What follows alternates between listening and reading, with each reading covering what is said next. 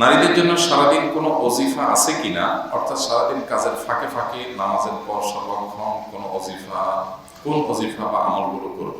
আমরা অনেকে আছি এরকম, নেগেটিভ চিন্তাগুলো বেশি আসে যে আমার জীবনে বোধহয় ভালো কিছু নাই, আমি খুব খারাপ মানুষ, আমি যেখানে হাত দিই সেখানেই আমার ভাগ্যে ভালো কিছু আসে না। প্রথম কথা হলো যে আপনার জীবনে একটার পর একটা বিপদ আসতে থাকে, এটা আপনি খারাপ মানুষ হওয়ার কোনো প্রমাণ না। কারণ নবীদের জীবনে সবচেয়ে বেশি বিপদ আসছে, অথচ তারা সবচাইতে ভালো মানুষ ছিলেন। আসাদুন নাসি বালাআন আল আম্বিয়া ও সুম্মাল আমসালু ফাল আমসাল। সবচেয়ে কঠিন পরীক্ষা এবং মুসিবতের মুখোমুখি ছিলেন নবীগণ। এরপরে নবী রাসূলদের সাথে যাদের যত মিল ছিল তাদের জীবনে তত বিপদ আসছে। এজন্য ভাই, বিপদ আপদ আসা এটা মানুষ খারাপ হওয়ার কোনো লক্ষণ না। আল্লাহ যাকে ভালোবাসেন তাকে অনেক বিপদ দিয়ে পরীক্ষা করেন, কত সে সবর করতে পারে। যে যত বেশি আল্লাহর প্রিয় বান্দা তার পরীক্ষা তত শক্ত হয়, তত কঠিন হয়। বিদায় এগুলোকে নেগেটিভলি দেখার কিছু নেই। আরেকটা জিনিস হলো, আমরা অনেকে হাউদাস করি, এটা আমাদের মানসিকতার সমস্যা। আপনি বলছেন আপনার জীবনে সব ভাগ্যে ভালো কিছু আসে না, খারাপ কিছু আসে, যেটাই চান সেখানে বাধা আসে। এই ধরনের প্রশ্ন আমার কাছে এর আগেও আসছে। আমি বলি, আপনি চান আপনার প্রশ্নটা আমার কাছে যেন আসুক। অনেকে লাইভে প্রশ্ন করে, ভাই জীবনে আমি যেটাই চাই তার উল্টাটা হয়, আমার চাওয়া কোনোদিন পূরণ হয় না, এই দুরবস্থা কেন আমাকে বলেন? আমি বলি, আপনার এই দাবি যে অসত্য, এটা যে সঠিক না, ভুল, আপনার যে মানসিকতার সমস্যা তার প্রমাণ হলো এটা। আপনি যে প্রশ্ন করেছেন, প্রশ্নটা নিশ্চয় আমার কাছে করেছেন। আমাদের শুক্রবারের লাইভে কোনো সময় 8-10,000, 15,000, 20,000, 25,000 পর্যন্ত কমেন্ট আসে। এই 25,000 কমেন্টের মধ্যে বাছাই করে আমরা 50, 60, 70 বা 80টা কমেন্টের উত্তর দিতে পারি 1 ঘন্টায়। বাকি 25,000-এর মধ্যে বাকি 24,000 আপনার 950টা 60টাই বাদ যায়। তো এই যে সামান্য কয়েকটা মানুষের প্রশ্ন আমাদের কমেন্ট আমরা বৃষ্টির মতো আসে, দেখতে পাইছি, উত্তর দিয়েছি, কিন্তু আপনারটা ছিল। আপনি তো অনেক লাকি মানুষ ভাই। আপনি যে শুধু চিন্তা করেন যে আমি যা চাই তার উল্টাটা হয়, এই যে আপনার চাওয়া পূরণ হয়ে গেছে, একটা চাওয়া তো পূরণ হয়েছে। এরকম আপনি আমার সাথে থাকলে আমি আপনাকে দেখাই দেবো আপনার জীবনে হাজার হাজার চাওয়া পূরণ হয়েছে। শয়তান আপনাকে নেগেটিভটা দেখায়, বহু পজিটিভ জিনিস আপনার জীবনে আছে। আপনি নিশ্চয়ই একজন সুস্থ মানুষ হিসেবে থাকতে চাইছেন, আল্লাহ আপনাকে সুস্থ রাখেননি। এই যে আপনার আরেকটা জিনিস আছে, প্রাপ্তি। তো শয়তান নেগেটিভটা আমাদেরকে দেখায় সবসময়।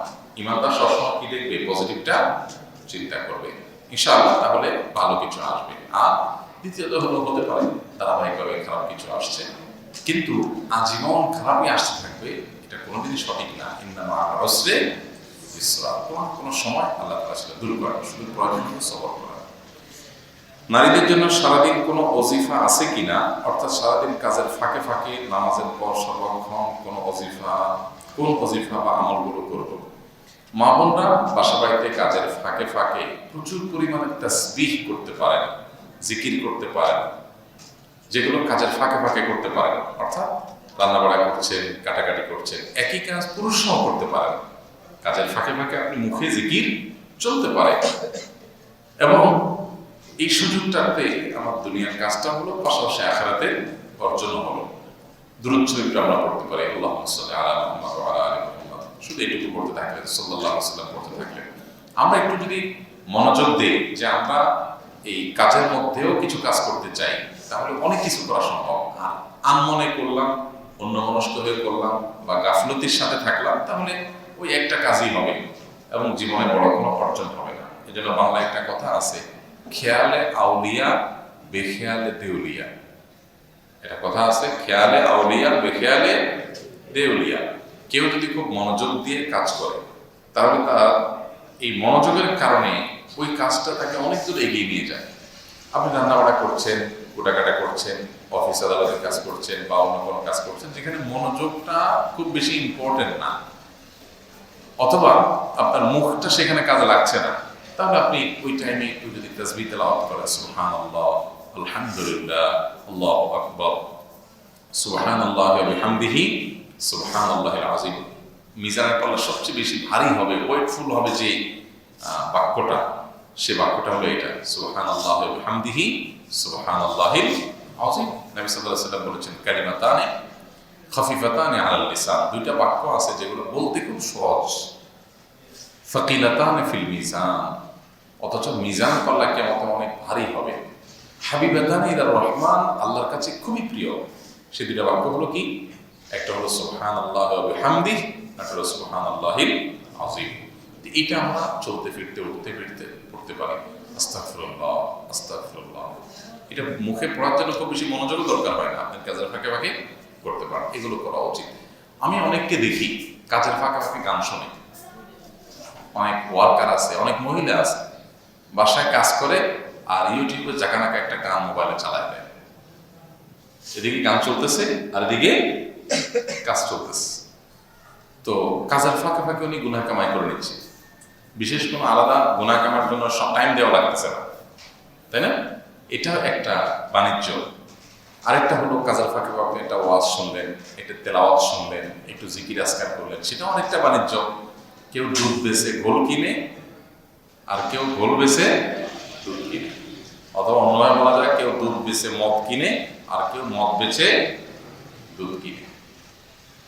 আল্লাহ তাআলা আমাদেরকে অবসর সময়গুলোকে সর্বোত্তম ব্যবহার করার তৌফিক দান করুন। আমি আপনার একজন ভক্ত, আপনার প্রতি অনুরোধ, আপনি আবার মাহফিলের ময়দানে ফিরে আসুন। ওয়াজের ময়দানে আজ অযোগ্যরা দখল করেছে। ভাই আলহামদুলিল্লাহ, আমরা ওয়াজ মাহফিল এবছর করছি না, সামনের বছর করা যায় কিনা সেটা নিয়ে আমরা চিন্তা ভাবনা করতেছি। কিন্তু এটা সঠিক না যে অযোগ্যরা দখল করে আছে। অনেক যোগ্য মানুষ আছে, পরিমাণটা কম, কিন্তু অনেক যোগ্য মানুষ আলহামদুলিল্লাহ ময়দানে কাজ করছে। আমাদের মুশকিল হলো আমাদের রুচির সমস্যা, আমাদের সাধারণ দর্শকের রুচির সমস্যা। আমাদের অবশ্য রুচির সমস্যাটা শুধু ওয়াজের ময়দানে না, খাবারের টেবিলেও আমাদের রুচির সমস্যা আছে। কিরকম সমস্যা আছে? যত অখাদ্য কুখাদ্য এগুলো আমরা খুব পছন্দ করি। আমরা বলতে আমরা এই বাংলাদেশের মানুষের কথা বলতেছি। আপনি পৃথিবীর অনেক দেশে মানুষকে দেখবেন তারা ফুড ভ্যালু বিবেচনা করে করে খায়। মুখে স্বাদ লাগলো কিনা এটা তাদের কাছে খুব বেশি গুরুত্বপূর্ণ বিষয়। খাবারটা উপকারী, স্বাস্থ্যের জন্য অনেক দরকারি, সেটা তারা খায়। কিন্তু আমাদের এইদিকে মানুষের কাছে উপকারী টুপকারী এগুলো বিবেচনা খুব বেশি নেই। খাইতে খাইতে যদি নাক পর্যন্ত খাওয়া যায় তো সেই চেষ্টা করে, এটা তার জন্য উপকারী না, ক্ষতিকর, তাও খাবে। এই না আমাদের অবস্থা। এরপরে দেখবেন ভাজা, পোড়া, ড্রাই ফ্রুট, চানাচুর, আম, তাম। মুখে বলি আমরা যে সব মোবিল দিয়ে চানাচুর বানায়, আবার ধুমায়া দুই হাতে খাইতেছি। এই না আমাদের অবস্থা। তো আমাদের খাবার দাবার যেরকম কোনো রুচি টুচি নাই, এই জন্য দেখে আমরা রোগা শোকা, স্বাস্থ্যের অবস্থা ভালো না, ইমিউন দুর্বল, নানান দিক থেকে আমরা পিছিয়ে আছি। এটা আমরা দেখি। একইভাবে ওয়াজ শোনার ক্ষেত্রে বলেন, বক্তা নির্বাচন করার ক্ষেত্রে বলেন, এসব ক্ষেত্রে আমাদের রুচি কি বড় বেশি খারাপ। খুব অবাক লাগে যখন দেখি যে মানুষ কোরআন এবং হাদিস নির্ভর অথেন্টিক প্রয়োজনীয় কথাগুলো ভালো মানুষ থেকে গ্রহণ করার পরিবর্তে শুধু ভাইরাল হুজুর খোঁজে। কি খোঁজে? ভাইরাল হুজুর খোঁজে। তো এখন আমাকে ভাইরাল হুজুর বলবেন কিনা সেটা আপনাদের ব্যাপার, বিবেচনা। বাকি আল্লাহ তাআলার কাছে পানা চাই আমি এই গতানুগতিক যে ভাইরাল হওয়া, বিশেষ করে টার্গেট ওয়াইজ ভাইরাল হওয়ার যে চেষ্টা, আল্লাহ মাফ করুক। এটা হুজুরদের সবচেয়ে জাহান্নামে যাওয়ার সবচেয়ে বড় কারণগুলোর একটা হতে পারে। আল্লাহ তাআলা হেফাজত করুক আমাদেরকে।